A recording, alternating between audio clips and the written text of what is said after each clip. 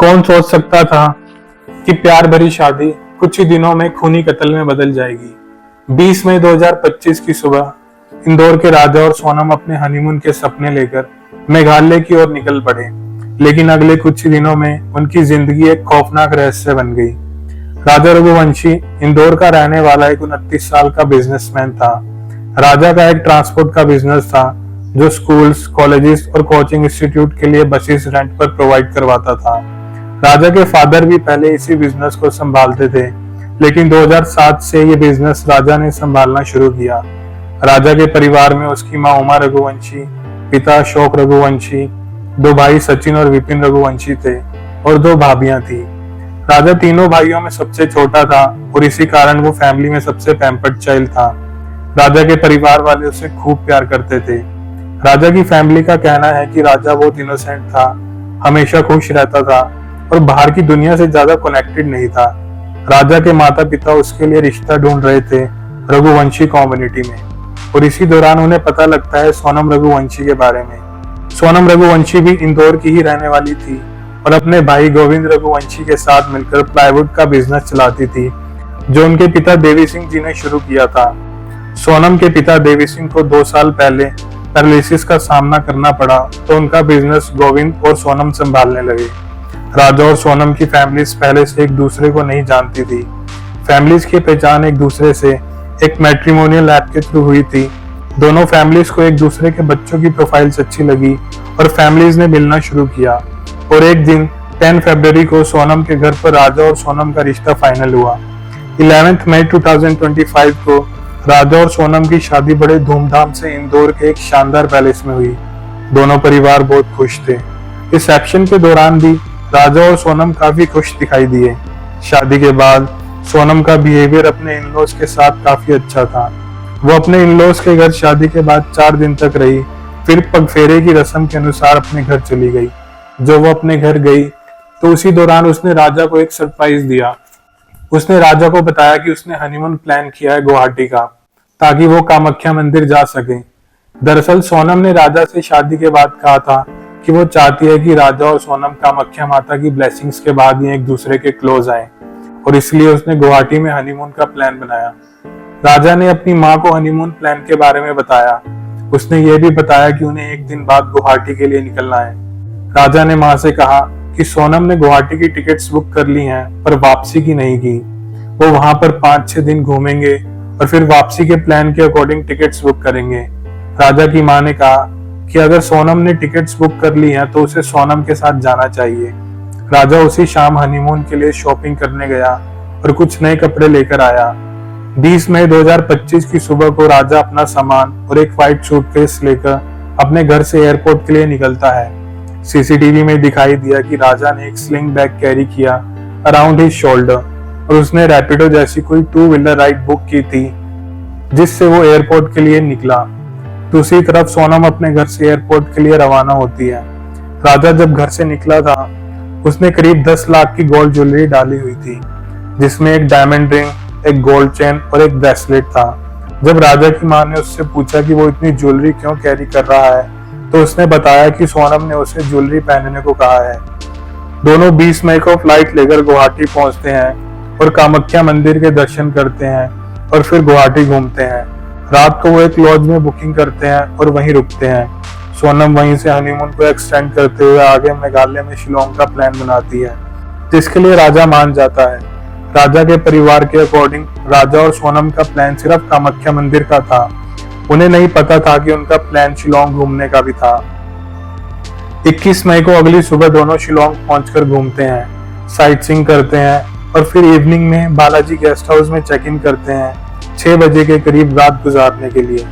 22 मई को next morning दोनों guest house से निकलकर कीटिंग रोड जाते हैं।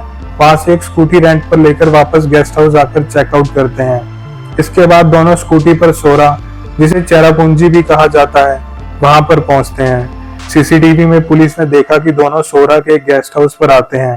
राजा अंदर रिसेप्शन पर जाकर रूम के लिए पता करता है, पर उन्होंने पहले से बुकिंग नहीं की थी, इसलिए उन्हें वहां पर कोई खाली रूम नहीं मिल पाता है।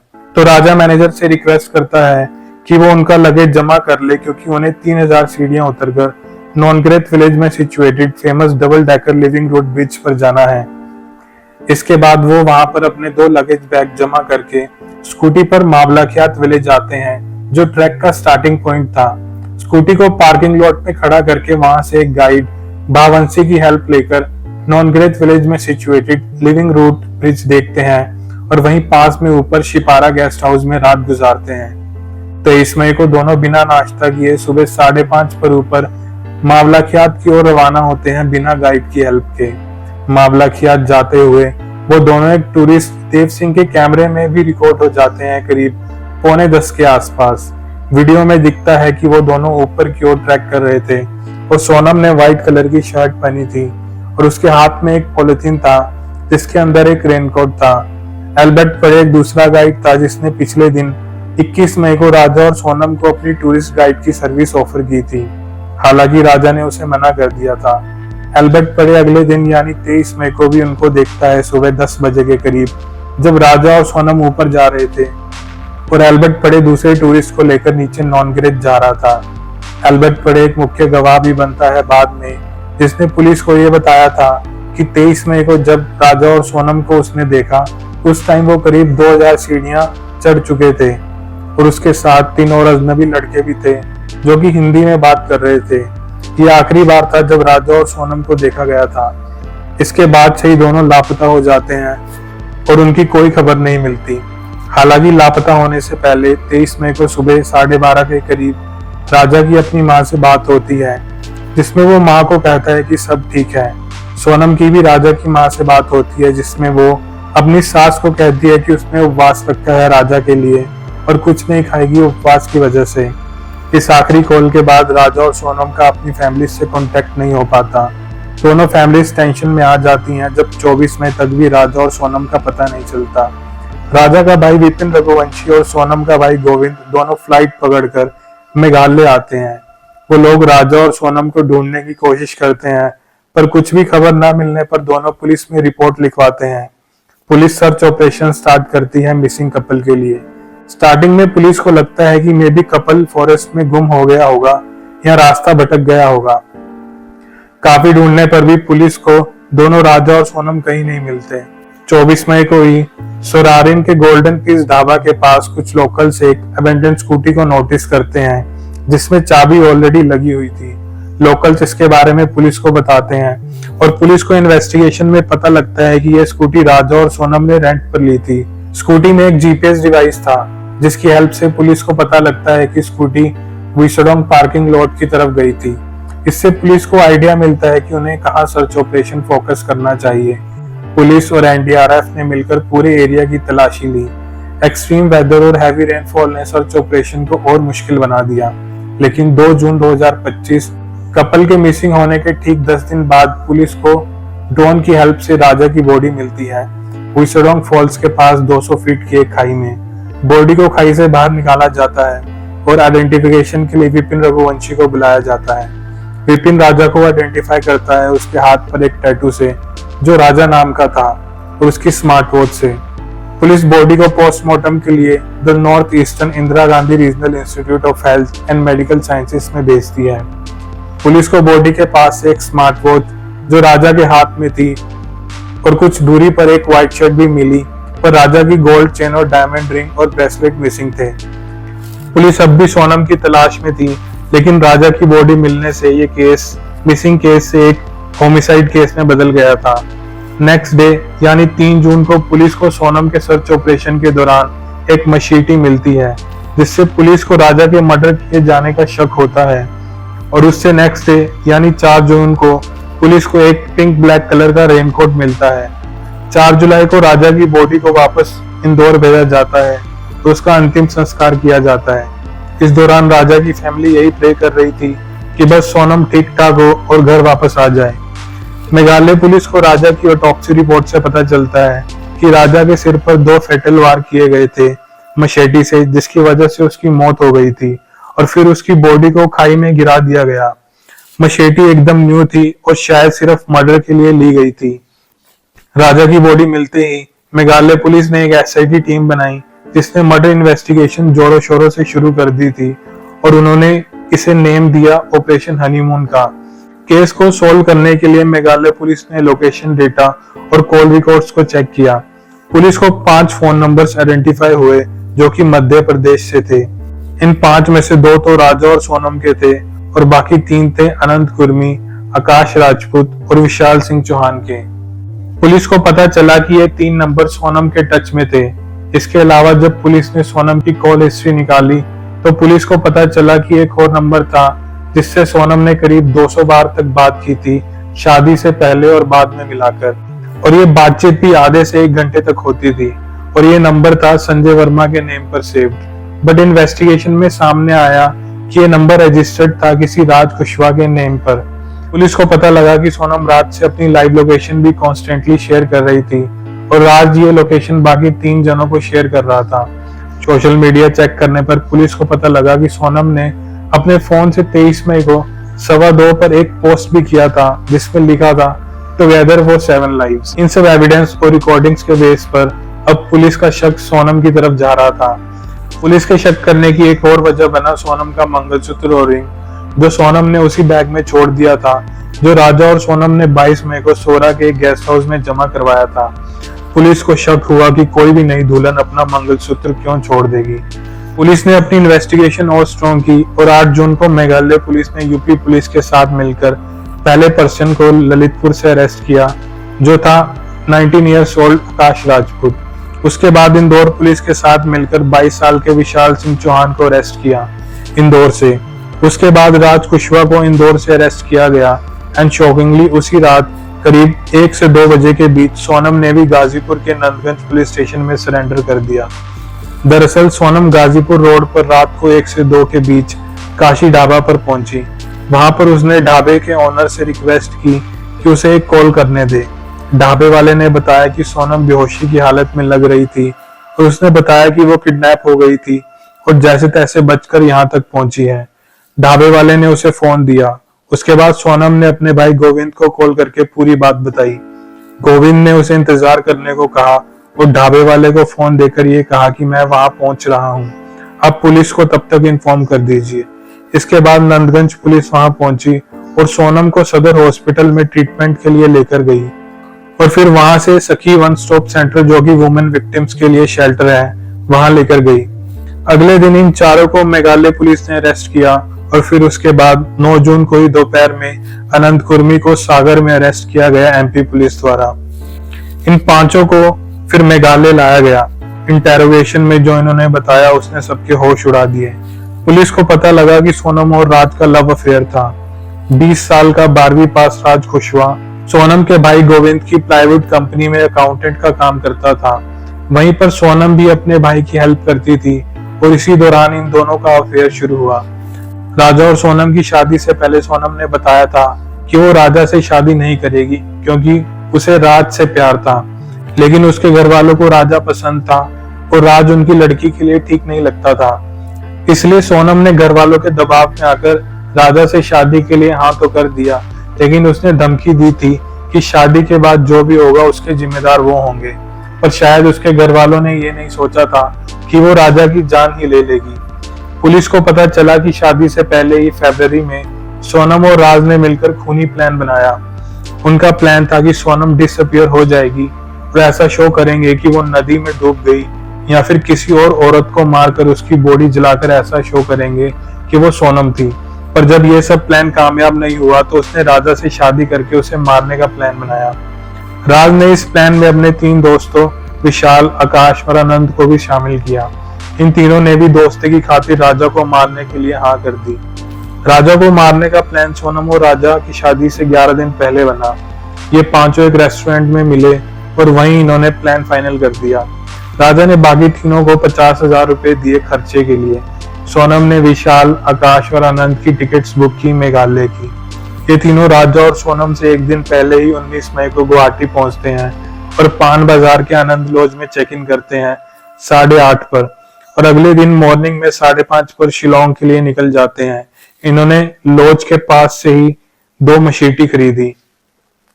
राज कुशवाहा इस दौरान इंदौर में ही था ताकि किसी को उस पर शक न हो। शिलोंग में इन्होंने राजा और सोनम के गेस्ट हाउस के पास एक गेस्ट हाउस बुक किया था। फिर 22 मई की रात को इन्होंने राजा और सोनम के होमस्टे के पास ही अपना होमस्टे लिया था।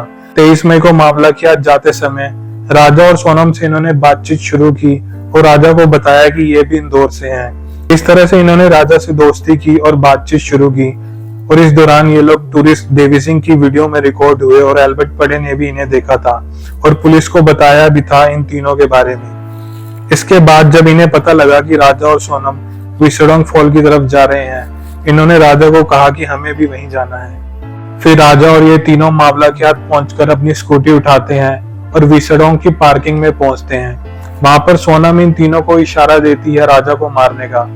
सोनम राजा के सामने आती है उसका ध्यान भटकाने के लिए।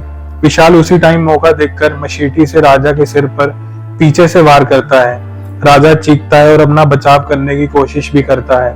उसी टाइम सोनम थोड़ी दूर चली जाती है और फिर अगला वार अनंत करता है राजा पर और उसके बाद आखिरी वार आकाश करता है। राजा इसके बाद मर चुका था। राजा के मरने पर सोनम वापस आती है और फिर बाकी तीनों के साथ मिलकर राजा की बॉडी को विसडोंग के पास 200 फीट की खाई में गिरा देते हैं। एरिया एकदम सेक्लूडेड था तो उन्हें किसी ने राजा को मारते हुए देखा नहीं था। इसी के तुरंत बाद सोनम ने 2:15 पर अपने फोन से एक पोस्ट किया टुगेदर फॉर 7 लाइव्स। इसके बाद सोनम और विशाल ने मिलकर राजा का फोन तोड़ दिया। सोनम ने जो रेनकोट डाला हुआ था वो उसने आकाश को दिया क्योंकि आकाश की शर्ट पर खून लगा था। आकाश ने अपनी शर्ट भी खाई में फेंक दी। ये वही शर्ट थी जो पुलिस को मिली थी राजा की बॉडी के पास। फिर इन्होंने मशेटी भी फेंक दी। इसके बाद चारों वहां से स्कूटी से भाग गए। सोनम भी उनमें से एक स्कूटी चला रही थी।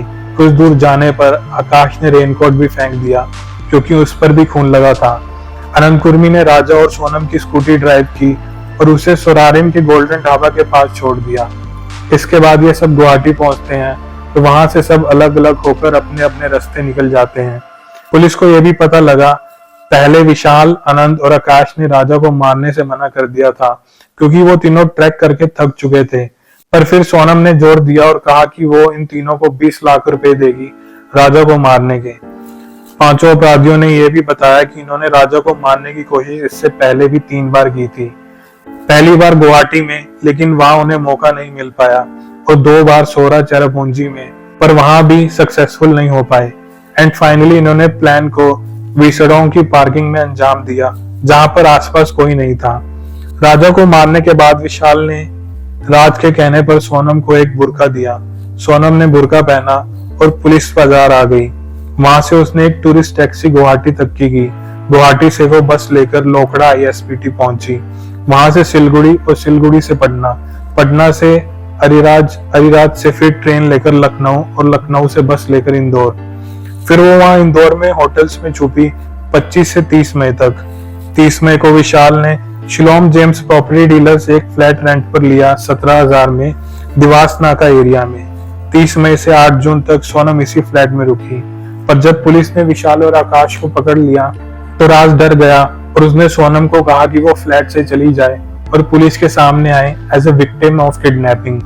पुलिस ने कहा कि सोनम और राज का अल्टीमेट प्लान था कि सोनम को विक्टिम की तरह पोर्ट्रे करेंगे।